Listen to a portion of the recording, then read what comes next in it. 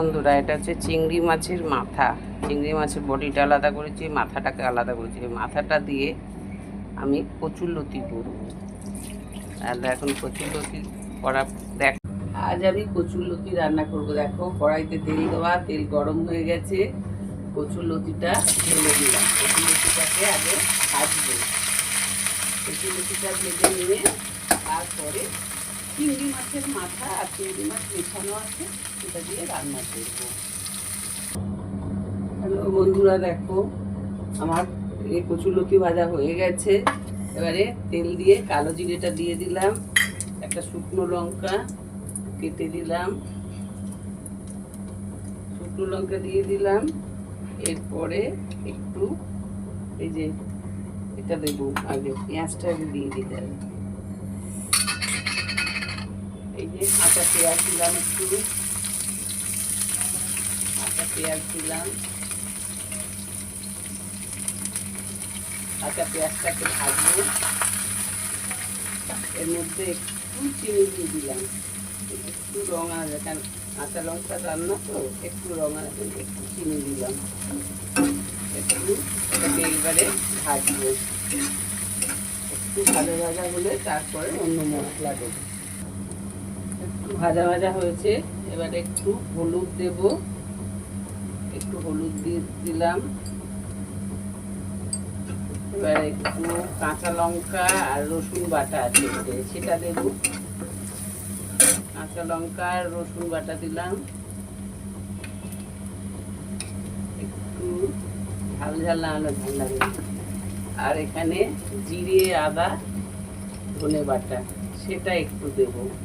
এটা হচ্ছে ফ্রিজে রাখা ছিল তো, একটু জল জল বেরোচ্ছে। জিরে, আদা, ধনে দিয়ে দিলাম, আমরা ফ্রিজে রেখে দিই। পুরো একদম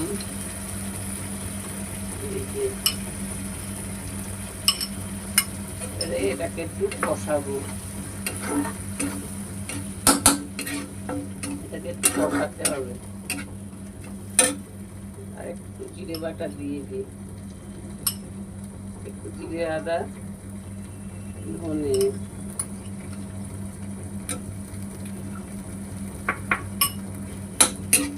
এটাকে একটু কষাবো, তারপরে মাছটা দেব।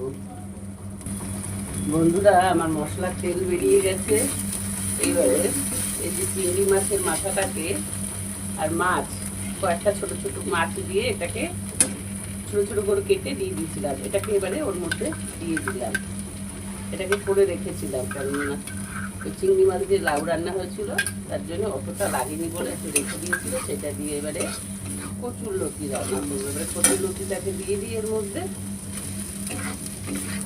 এটাকে দিয়ে একটু নাড়িয়ে তারপরে এতে জল দেবো একটু।